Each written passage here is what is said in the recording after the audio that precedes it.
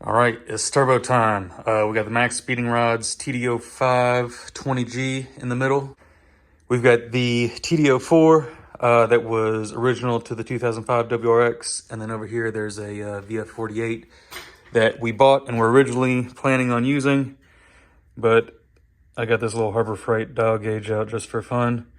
You can see it's got, I think that's a couple thousandths of play back and forth on the shaft. I know shaft play up and down like this, and if you spin it enough,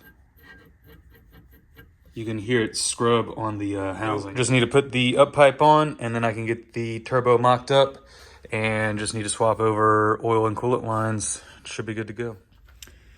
All right, only problem is I don't have this exhaust gasket from the header to the up pipe.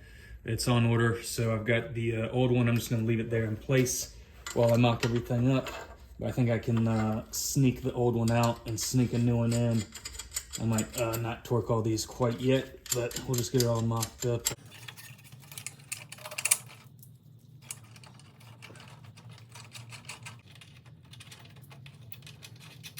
All right, oil drain, just two little 8mm canometers right there on the bottom, oil feed on the top.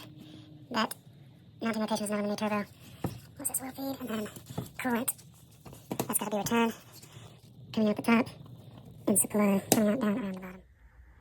All right, first little mock-up. You can see the first issue is the turbo center housing is not clocked on the exhaust and intake side.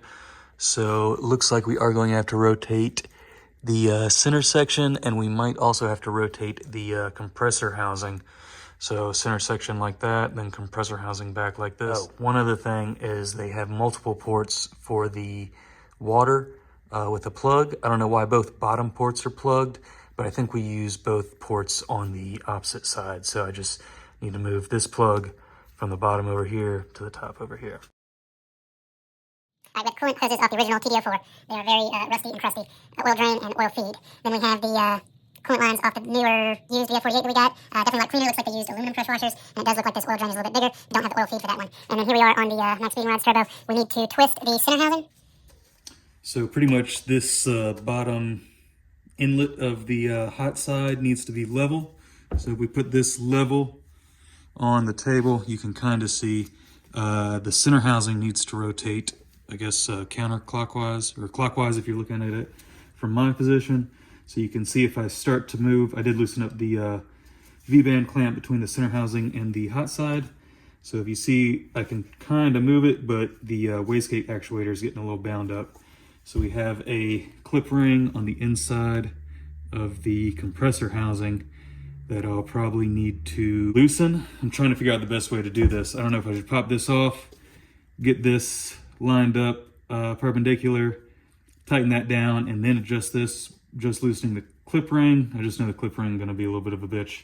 So that's where I'm at, and I'll let you know what happens.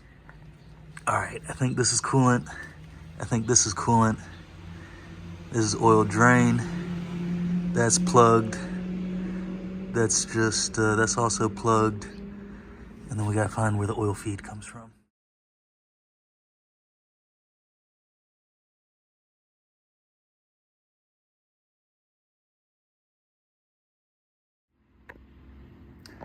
All right, the MaxSpeedingRods turbo. Here's where we at. Got the turbo on.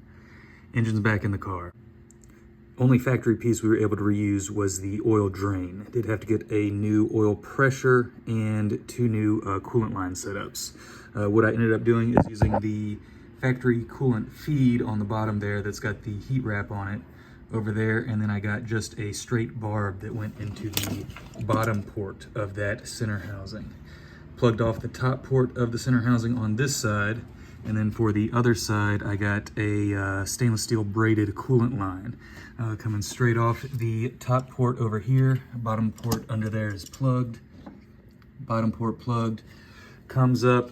Don't need that extra bendy coolant line, so I ended up just cutting it straight and went straight into the top of the swirl pot. Oil feed, got an aftermarket braided going to the top of the turbo there.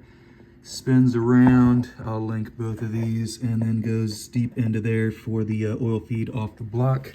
Only issue here is this oil feed is rubbing on the power steering line right here. Gonna see if I can figure something out for that. And then for the last thing, also had to get 2 new bolts for the downpipe here. The thickness of this outlet flange right here is a little bit thicker than the factory, so those factory bolts did not fit. All 3 studs on the bottom side were fine, so we're just able to reuse those nuts, but did have to get a little bit longer bolts for the top side. And I think that covers it for the turbo. That's everything. All we got to do is put the intercooler on. Gonna work on this wideband next, and hopefully we're getting closer.